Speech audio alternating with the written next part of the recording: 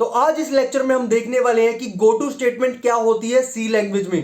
तो यार देरी ना करते हुए करते हैं वीडियो को स्टार्ट। तो इस वीडियो में हम बात करने वाले हैं गो टू स्टेटमेंट के बारे में। यार गो टू स्टेटमेंट की थ्योरी पढ़ने से पहले ना मैं आप लोगों को एक एग्जांपल दे देता हूं। मान लो यार आपकी एक स्प्लेंडर बाइक है।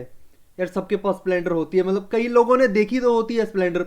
मान लो आपके पास एक स्प्लेंडर बाइक है और आप उसको लेके जाते हो मैकेनिक के पास ठीक करवाने के लिए, पर मैकेनिक कहता है यार इसका पार्ट तो मेरे पास है ही नहीं, गो टू दिस प्लेस, उसके पास आपका पार्ट मिल जाएगा, आपके इस बाइक का पार्ट मिल जाएगा।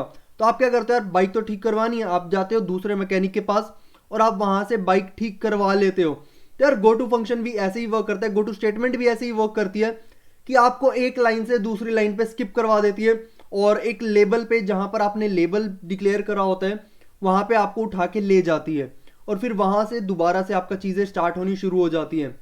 तो इसी को कहते हैं यार गो टू स्टेटमेंट। अब एक थ्योरी पढ़ लेते हैं और आप लोगों के नोट्स भी रेडी करवा लेते हैं ताकि आप लोगों को दिक्कत ना हो अपने एग्जाम्स में।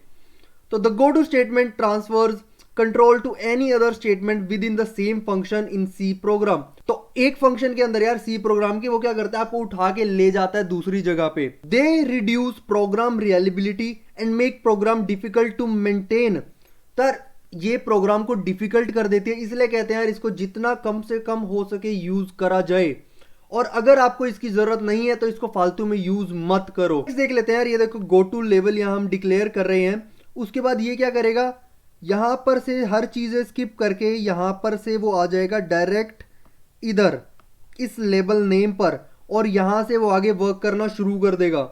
तो ये काम करता है हमारा गो टू स्टेटमेंट, जो उठाती है एक प्लेस से दूसरे प्लेस पे हमें ले आती है।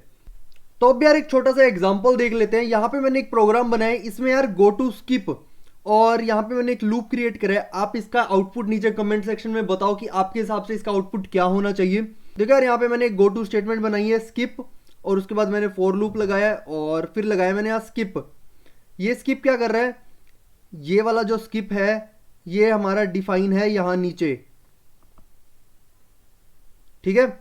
और ये हमारा फॉर लूप है। नॉर्मली क्या होता है, वो 1 पे आता है, फिर 2 पे आता है, फिर 3 पे आता है, फिर 4 पे आता है, फिर 6 पे आता है, फिर यहाँ पर आएगा, फिर वापस जाता है, फिर इंक्रीमेंट होता है, फिर जब तक ये खत्म नहीं होता तब तक हमारा फॉर लूप से बाहर नहीं आता है और उसके बाद हमारे यहाँ पे होता है। पर अब क्या होने वाला है इसका आउटपुट आप देख लेना और आपको पता लग जाएगा।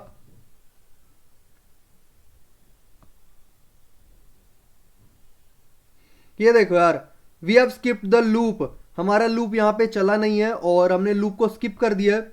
वो क्या हुआ यार, हमने कहा कि गो टू पर जाओ, हमने कहा कि गो टू स्किप। अब यहां से क्या हुआ, वो यहां से उठा और डायरेक्ट यहां स्किप पे आ गया। स्किप पे आने के बाद यार उसने इसको रन करा और एग्जिट हो गया। इस तरह से यार हमारा गो टू वर्क करता है। एक और एग्जाम्पल देख लेते हैं। इसमें हम क्या करने वाले हैं, इसमें हम देखने वाले हैं कि हमारा नंबर इवन है या ओड है गो टू स्टेटमेंट का यूज करके। और यार यहाँ पे एक और ट्विस्ट आने वाला है, वो आपको थोड़ा बाद में समझ आएगा, थोड़ा सा सर घुमा देने वाला है। मैंने क्या करा यार, enter number which you want to check even और ओड, फिर यहाँ पे मैंने स्कैन ऑफ करके वो नंबर लिया है। उसको यार मैं मॉड्यूलस 2 कर रहा हूँ। मॉड्यूलस 2 अगर आपको नहीं पता है तो मॉड्यूलस 2 से यार हमारा रिमाइंडर आता है और रिमाइंडर से हम चेक करने वाले हैं कि वो इक्वल है हमारे 0 के, और अगर हमारे वो 0 के इक्वल है तो वो गो टू इवन में जाए, एल्स वो गो टू ओड में जाए। पर यहाँ पे एक ट्विस्ट ये आता है कि मान लो अगर मैं यहाँ पे ये एंड फंक्शन नहीं लगाता हूँ और मैं इसे रन करता हूँ तो मेरा दोनों प्रिंट करेगा। ये देखना आप यार, यहाँ पे मैं 12 डाल रहा हूँ, देखो यार यहाँ पे दोनों प्रिंट कर रहा है, 12 इज इवन 12 इज ओड। और ऐसा क्यों कर रहा है, ऐसा वो इसलिए कर रहा है यार, वो गो टू इवन पे आता है, यहाँ पर वो इवन प्रिंट करता है, उसके बाद वो नीचे जाता है, उसके बाद वो ओड भी प्रिंट करता है, जबकि ऐसा नहीं होना चाहिए।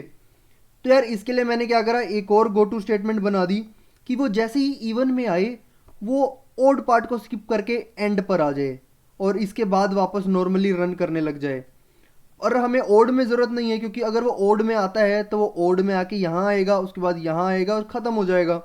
तो इसलिए यार मुझे ये स्टेटमेंट यहाँ लगानी पड़ी। अगर मैं ये नहीं लगाता हूँ तो आपने अभी पीछे देख ही लिया है कि उसका हमारे पास आंसर क्या आ रहा है। मैं यहाँ 12 डाल रहा हूँ तो वो इवन भी प्रिंट कर रहा है और ओड भी प्रिंट कर रहा है। तो इसलिए यार यहाँ पे मुझे गो टू स्टेटमेंट में यहाँ एंड लगाना पड़ा और ये एंड हमें कहाँ लेके जाएगा, इस वाले पार्ट पे, जो हमें ओड वाला पार्ट स्किप करवा देगा। अब हमारा फंक्शन यार सही से रन करेगा। यहाँ पे मैं 12 प्रिंट करता हूँ, ये देखो 12 इज़ इवन नंबर। मैं दोबारा इसे चलाता हूँ, 11 करता हूँ, 11 इज़ ऑड नंबर।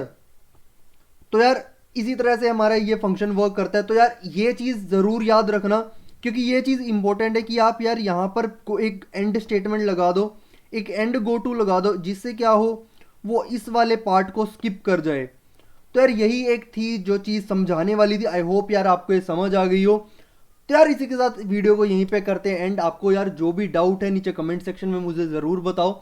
और बस यार मिलते हैं अगले लेक्चर में फुल चार्ज होके। Take care, bye bye and remember I love you all.